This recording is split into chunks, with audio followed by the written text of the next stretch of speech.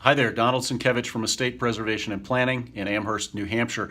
So in my recent video about Aretha Franklin and how she died without a will, and so she didn't have the opportunity to say, hey, probate judge, please don't make my personal representative, my executor, my administrator, buy a big fat insurance policy, a bond, to insure against the possibility that they might steal money from the estate and therefore impoverish my heirs. I said I was going to mention Judge Fairbanks. So I was recently helping a Connecticut estate planning attorney colleague of mine. She had a client whose spouse had died, and they had to open up what we call ancillary probate in New Hampshire because the spouse had owned a lake house up here in New Hampshire, like a lot of people do.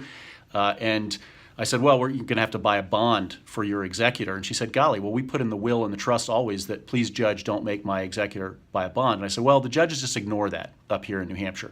So why do they ignore that? Why do judges just assume that all the executors out there are going to steal from the estate? Well, because it's about a lawyer and a judge who went bad.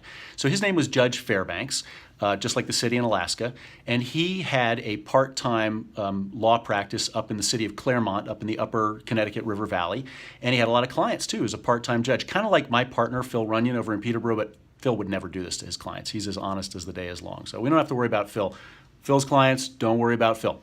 Okay, so Judge Fairbanks also acted as executor and personal representative of a lot of his clients, including his deceased clients, which is potentially a conflict of interest. Well, it is a conflict of interest and depends on how well the lawyer manages that or not, whether he or she takes advantage of that conflict of interest. So one day, Judge Fairbanks just didn't show up for work at the courthouse.